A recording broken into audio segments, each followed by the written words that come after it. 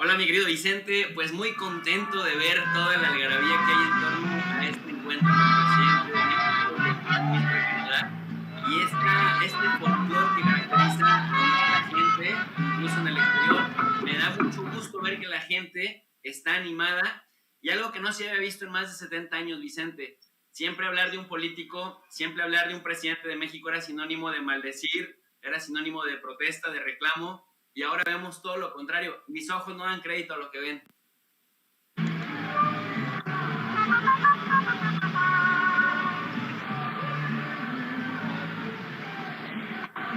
Va a ser muy complicado el diálogo, querido doctor, porque aquí cuando no suena un mariachi suena el otro, y los vítores y las personas que están respaldando al presidente.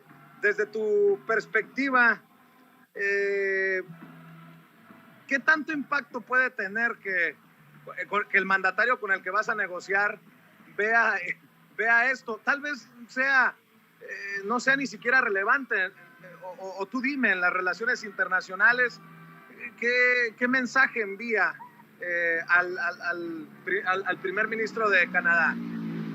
Mira, mi querido Vicente, es un mensaje muy importante, muy poderoso, porque efectivamente esto no lo ves de parte de los canadienses en Estados Unidos, que están más integrados, que no hay tanto problema con el tema de la circulación migratoria. Y por otro lado, bueno, que no se ve en un evento protocolario serio que la porra de un mandatario incluso llegue a ser tan escandalosa que interrumpa las mismas conversaciones del más alto nivel. Si me permites dar algo de contexto, es importante esta reunión porque Canadá finalmente es nuestro tercer socio comercial más importante y además nosotros, México, somos el tercer socio comercial más importante de Canadá. Solo se nos coló ahí en la región, se nos coló China a los dos lados. Primero está Estados Unidos, luego China y luego Canadá. Para Canadá primero está Estados Unidos, luego China, luego México.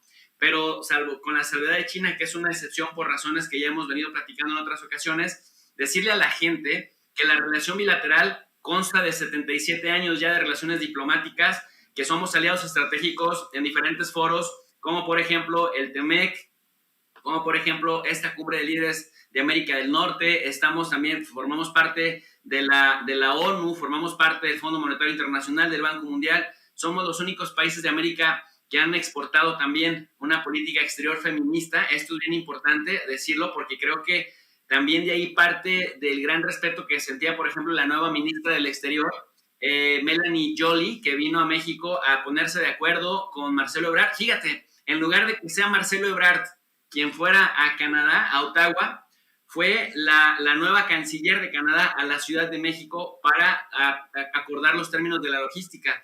Entonces hay que señalar también que esto obedece a que en Canadá existen alrededor de unos 130,000 mexicanos, que los mexicanos también en Canadá son la población hispana más grande del país y que nuestro comercio exterior, nuestro comercio es de aproximadamente, Vicente, de unos 20,000 millones de dólares, nada comparado con Estados Unidos, pero sí muy por encima de la relación con otros países de la región, por ejemplo, de Centroamérica, del Caribe o incluso de Sudamérica. Y esto es importante lo que estás mencionando, profe, porque es lo que yo planteaba, una pregunta que no responde el presidente, porque no responden a la prensa ni Justin Trudeau ni Andrés Manuel López Obrador en este breve encuentro antes de entrar a la relación, a la reunión con sus equipos. Si se podría abordar el tema migratorio como región, no solamente en una situación bilateral, por los miles de mexicanos que no se pueden desestimar o subestimar. Son miles de mexicanos los que precisamente viven y trabajan también en Canadá, obviamente sumándolos a los millones que necesitan una reforma migratoria en Estados Unidos. Sí, definitivamente. Y mira, querido Vicente, en el caso de Canadá, la relación no es tan delicada como en el caso de Estados Unidos en el tema migratorio, porque de los 130,000 mexicanos que se encuentran, más sus descendientes que se encuentran en Canadá, la mayoría son perfil calificado, que tienen de una licenciatura en adelante, que el 90% entró de manera legal, entró con documentos. el otro 10% se encuentran en trámites de regularizar su estancia en Canadá, y esto ha generado que incluso en los últimos años Canadá haya vuelto a relajar, digamos, los candados para que los mexicanos ingresemos a ese país. En todo caso, las restricciones que ha habido, pues han sido restricciones generales que se le imponen a todo extranjero en el contexto de la pandemia del COVID-19. Sin embargo, lo que sí es verdad es que en la mentalidad anglosajona y también pues en la mentalidad quebecoa, el dinero manda, y al ser México el tercer socio comercial, hay unas 44,000 o 45,000 millones de dólares de inversiones canadienses en México, particularmente en el sector minero y particularmente también en el sector eléctrico. Por lo tanto, me parece que parte de la secrecía o parte de la privacidad que requerían los mandatarios para platicar de estos temas era justamente ir un poco al grano. Como nosotros no tenemos temas relacionados con el COVID, como nosotros no tenemos un asunto con el tema migratorio, entonces nos concentramos, dicen los canadienses, en lo que verdaderamente nos interesa, que es el tema de las inversiones, y México, por otro lado, en el tema de que Canadá sea un aliado para la distribución equitativa de las vacunas. Entonces, ahí van unas por otras, pero sí, a los canadienses les importa más atender el tema de la minería y el tema de la reforma eléctrica, cómo va a impactar los intereses y las inversiones canadienses en nuestro país, Vicente. También importante decir cómo esta gente no solamente está vitoreando y cantando al presidente, sino anda bien politizada. Entró la comitiva de Justin Trudeau aquí al Instituto de Cultura Mexicano en Washington y le gritaban basta de abusos de las mineras. Otro tema que es verdaderamente complejo y candente entre ambos países. Las mineras canadienses que se han servido con la cuchara grande en nuestro país en gobiernos anteriores. Es que fíjate que ese es un tema sasazo, Vicente, porque cuando estábamos a merced de los medios tradicionales, que por ejemplo en América Latina, pero particularmente en México, suelen exaltar lo extranjero, suelen ver siempre los modelos extranjeros como modelos mejores que los propios y tienden a supuestamente imitar en lugar de adaptar lo que nos sirva con respecto a nuestras necesidades, pues tienden a ensalzar y tienden a vitorear lo extranjero sobre lo nacional. Y lo que hemos visto en el caso de las mineras, que las mineras, todo lo que no hacen en Canadá, es decir, todas sus medidas ambientales, todas sus regulaciones ecológicas, todo el cuidado y el control de impacto y el control de daños que sí tienen en Canadá, fuera de las fronteras canadienses, no desarrollan estos protocolos. Sí, en parte porque así es el capitalismo voraz, pero también porque los países latinoamericanos y otros países, pues por sus sistemas políticos corruptos, se lo permiten. Y también es sabido que las empresas canadienses, las mineras canadienses, tienden a ser generosas en el plano, no quiero decirle moches, pero digamos en el plano de los incentivos económicos para presidentes municipales o para gobernadores o incluso para medios de comunicación que suelen ser amables con las prácticas nocivas de estas mineras canadienses. Ojo, Vicente, no quiero que la gente me malinterprete. La minería por sí misma, regulada, no es nociva. Es decir, es como toda empresa, como toda industria, tendrá sus pros y sus contras. No es que hagamos aquí un ataque sistemático a la minería. Lo que criticamos particularmente de las mineras canadienses es la falta de cuidado y la falta de respeto que tienen por las poblaciones de los lugares aledaños en donde llevan a cabo sus actividades industriales, Vicente. Profe, ¿y cómo llega el presidente Andrés Manuel López Obrador desde tu perspectiva a la reunión en un rato con Kamala Harris y más tarde con Joe Biden? Eso sin contar obviamente la cumbre ya entrada la tarde en la Casa Blanca, la cumbre trilateral. ¿Cómo llega? ¿Cómo ves que llegue en medio de todos estos temas y con todo esto que seguramente ya es noticia en los medios de Estados Unidos? Me parece que llega en un momento inmejorable.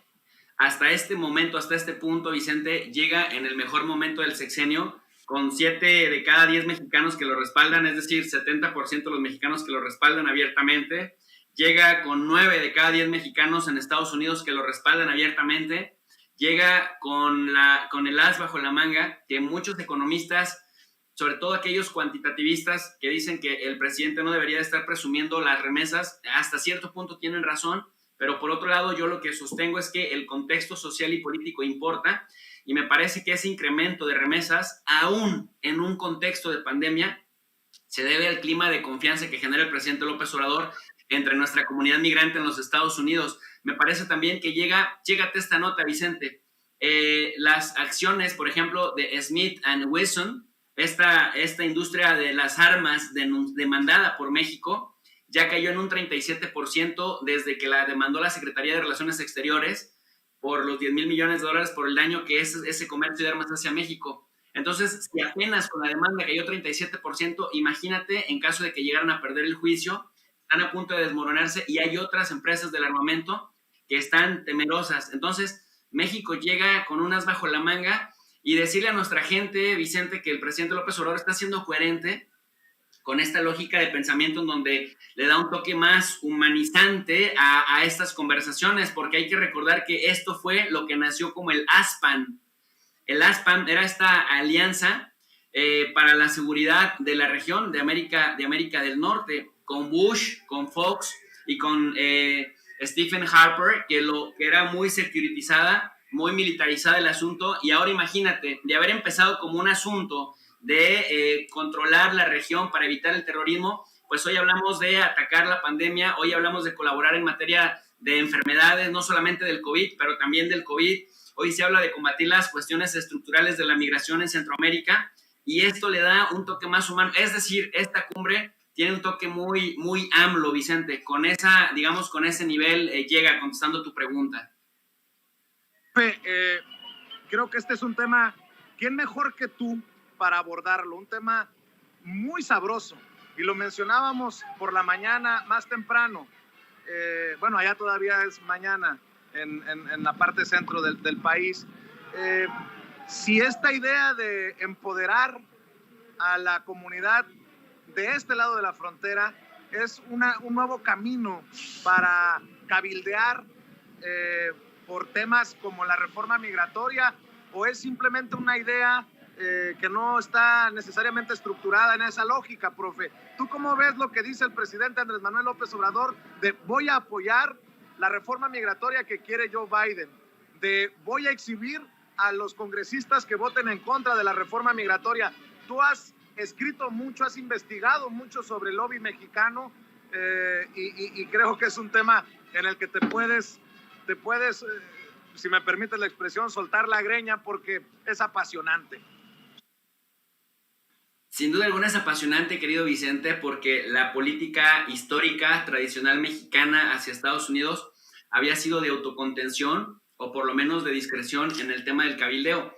Hay que recordarle a la gente que el cabildeo es la presión estratégica que realiza un actor extranjero o doméstico frente a los congresistas, frente a los funcionarios del Poder Ejecutivo de Estados Unidos, y que en Estados Unidos, a diferencia de otros países, sí se permite el cabildeo. Es decir, al amparo de la Foreign Agents Registration Act de 1938, un gobierno extranjero puede contratar firmas de abogados, firmas de relaciones públicas, firmas de consultoría y grupos de presión en Washington, en Nueva York, en Los Ángeles, en Dallas, en Houston, dependiendo del sector que les interese impulsar, y con la finalidad de que se aprueben leyes o que le favorezcan al país o se detengan leyes que no le favorezcan al país. Por ejemplo, eso es lo que hace Israel cada que hay alguna crítica masiva, pues los lobbies pro-Israel detienen eso en el Congreso.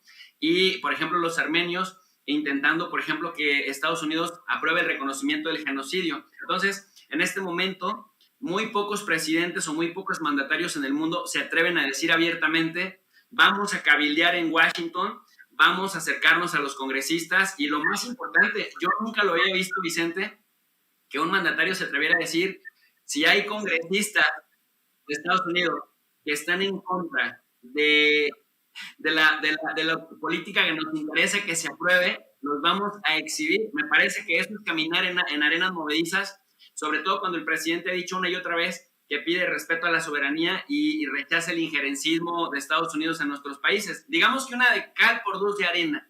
Sin embargo, me parece que en el terreno de las arenas movedizas, pues entonces puede que Estados Unidos utilice esto para decir, ¿sabes qué?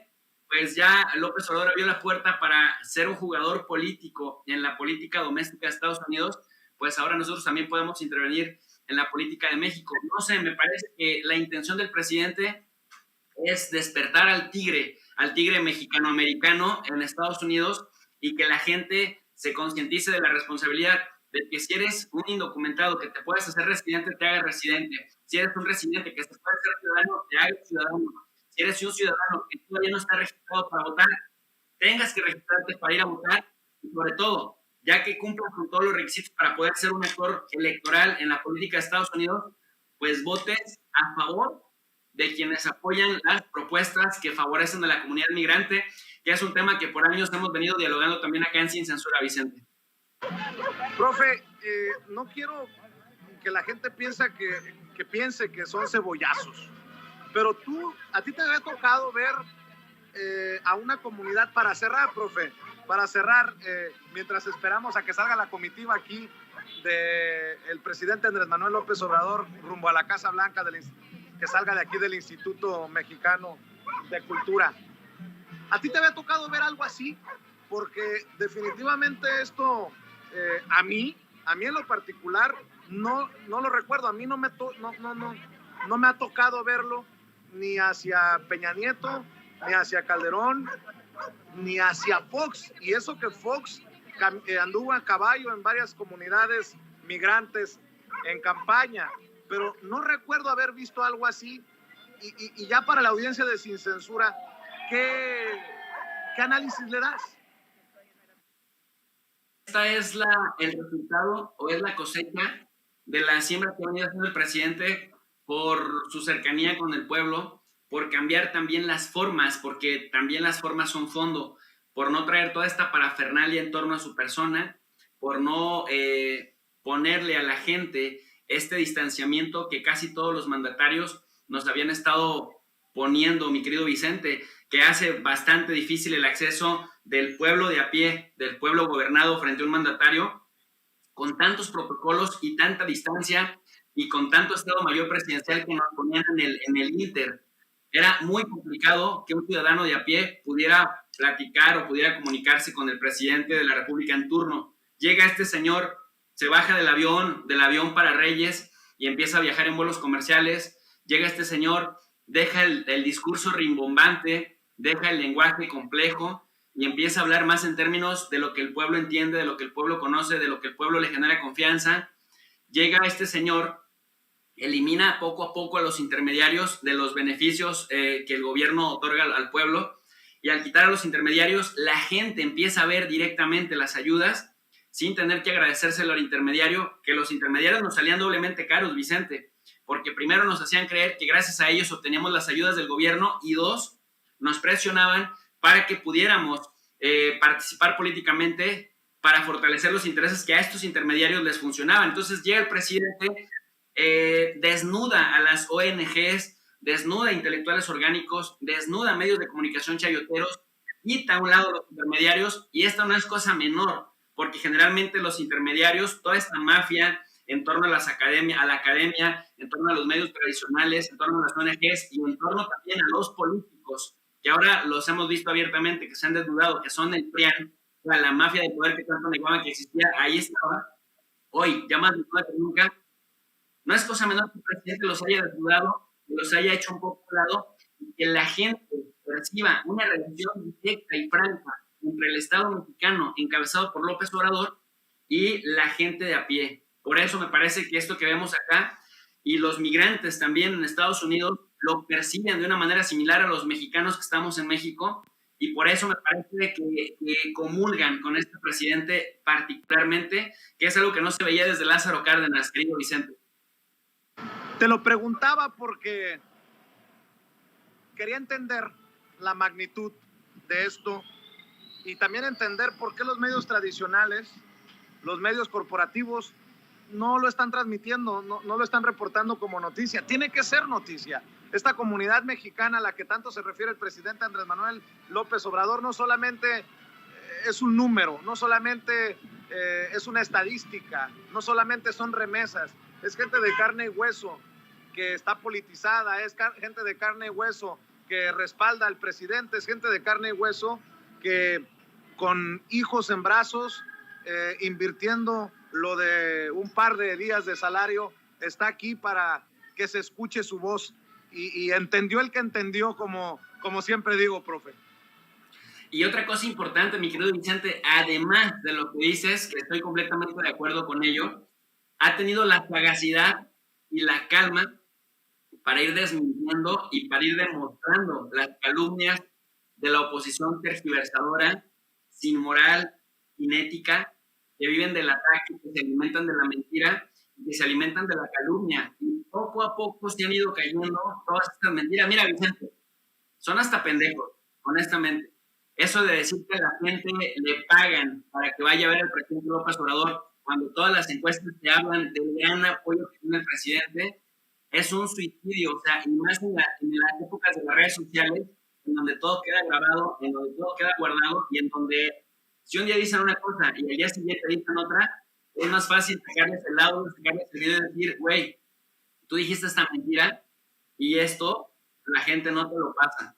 Y como la gente sí se siente empática, se siente en sintonía con este presidente, aunado que el presidente ha tenido la calma y la inteligencia para desmontar las mentiras y las calumnias en su contra, que intentan minimizar los logros y que intentan maximizar los errores, pues la gente se percata. Y lo positivo de que la gente esté politizada, Vicente, es justamente eso, que ya no es tan fácil la manipulación mediática. Profe, estoy seguro que seguirás abordando el tema, estarás analizando el tema en tu canal de YouTube. ¿Por qué no cerramos invitando a la gente a tu canal de YouTube, profe? Y yo siempre agradecido por tu generosidad. Si en algún momento el diálogo no fue lo fluido, es porque cuando no ladra un perro, canta un mariachi, canta el otro. Literal, traen hasta perros entre la raza. Y te ofrezco una disculpa si hubo por ahí alguna interrupción o alguna situación que no dejó fluir esto correctamente, pero espero que todo haya salido bien y con esto estamos trabajando y con esto orgullosamente decimos sin censura presente desde el lugar de la noticia, y tú eres también parte de esta familia, profe. ¿Por qué no cerramos con eso?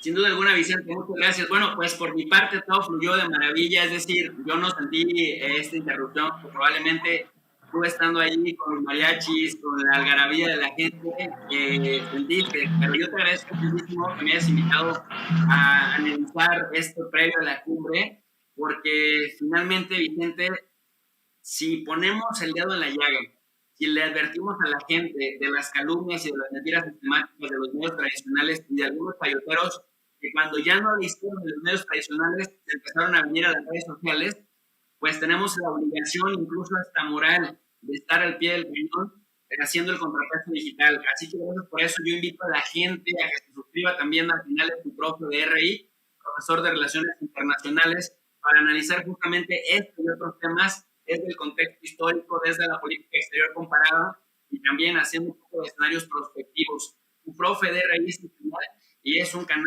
aliado, hermano, de Sin Censura. Vicente, ahí en contraesquina del Instituto Mexicano hay una tienda salvadoreña mexicana que vende unas pupusas con frijolitos increíbles, así que si arrecia el hambre, ahí en contraesquina, está muy rico. Anoche, profe, fíjate que anoche nos recomendaron un lugar, ¿cómo se llama el lugar de pupusas? ¿Te acuerdas, Toño, que nos recomendaron? ¿La Sirenita? Bueno, pero te voy a tomar la palabra y vamos a buscar un lugar de buenas pupusas con frijolitos, profe. Te mando un abrazo y estamos al pendiente. Abrazo fuerte, querido Vicente. Seguimos en contacto. Claro que sí, muchas gracias. Y ya llegó otro de los amigos también de Sin Censura que nos ayudará a analizar esta visita del presidente Andrés Manuel López Obrador a Washington, D.C. para reunirse